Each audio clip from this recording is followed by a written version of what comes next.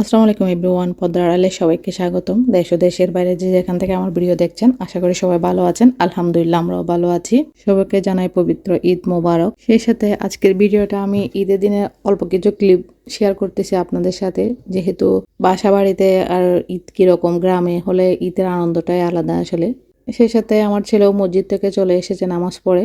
এখন ওকে নিয়ে সাথে নাস্তা করব আমরা সবাই মিলে একসাথে বসে। আজকে ঈদের আয়োজনে হচ্ছে পায়েস, সেই সাথে নবাবী সেমাই এবং হালিম। যার যেটা পছন্দ সেটা খেয়ে নেবে। অল্প স্বল্প কিছু ফটোশ্যুট করছে সবাই, বাচ্চাদেরকে নিয়ে ছবি তুলছিলাম। সেই সাথে এটা হচ্ছে ঈদের দ্বিতীয় দিন সকালের ভিডিও। প্রায় 30টা দিন, 1 মাস পরে আজ সকালে নাস্তা করতে বসছিলাম। আসলে রমজান মাসটা ছিল অনেক ভালো দিন গেছে, কেন কি সকালের নাস্তার টেনশন ছিল না এবং দুপুরে খাওয়ার টেনশন ছিল না। এখন তো শুরু হয়ে গেছে সেই আগের মতো রেগুলার রুটিন।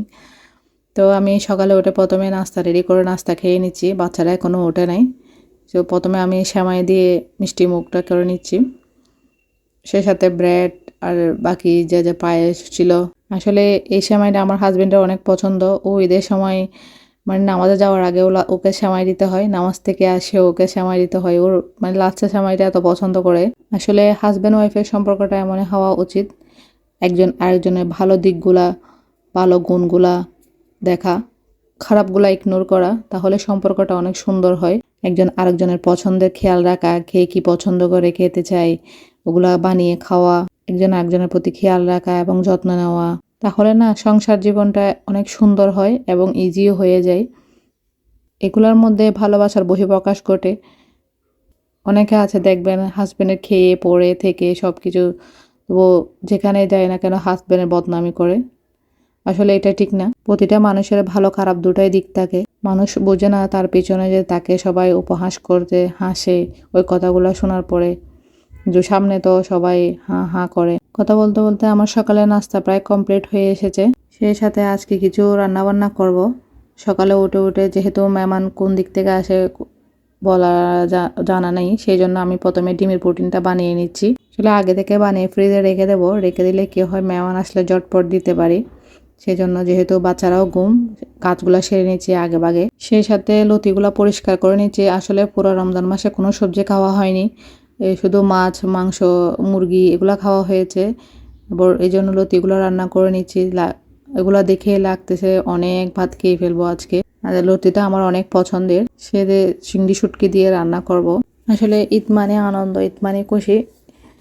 এটা আসলে আজকালকার বাচ্চারা অনেক বোঝে না।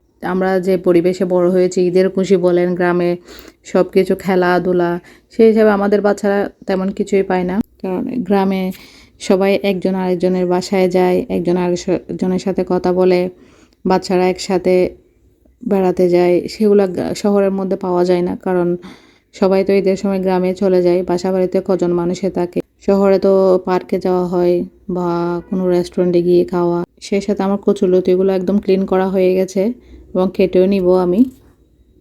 সাথে আরেকটা লাচ্ছা সেমাই কেক বানিয়ে নিচ্ছি।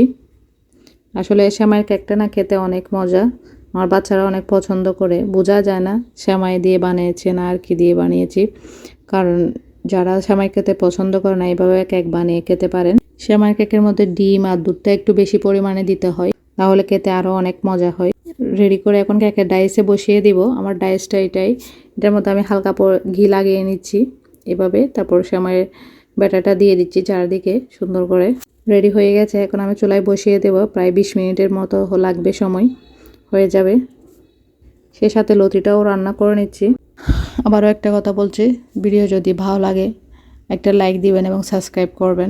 আর যারা সাবস্ক্রাইব করেছেন তাদেরকে অসংখ্য ধন্যবাদ। কথা বলতে বলতে রান্নাবান্নাও শেষ হয়েছে, প্রায় অফ ক্যামেরায় দুপুরের খাবারটাও শেষ করে ফেলেছি। শেষ করার পর আপনাদেরকে দেখাচ্ছি লাচ্ছা সেমাইয়ের কেকটা কীরকম হয়েছে। মাশাআল্লাহ, দেখতে অনেক সুন্দর হয়েছে। সে সাথে ডিমের পুডিংটাও বানিয়ে নিয়েছি। কেকটা আমি এখন প্লেটে নিয়ে নিচ্ছি, একদম মসৃণ হয়ে পড়ে যাবে। দেখুন মাশাআল্লাহ, একদম স্পঞ্জি হয়েছে। জরুর একবার ট্রাই করবেন। আজকের ভিডিওটা এইটুকুই। যদি ভালো লাগে, ভালো থাকবেন, সুস্থ থাকবেন। আসসালামু আলাইকুম।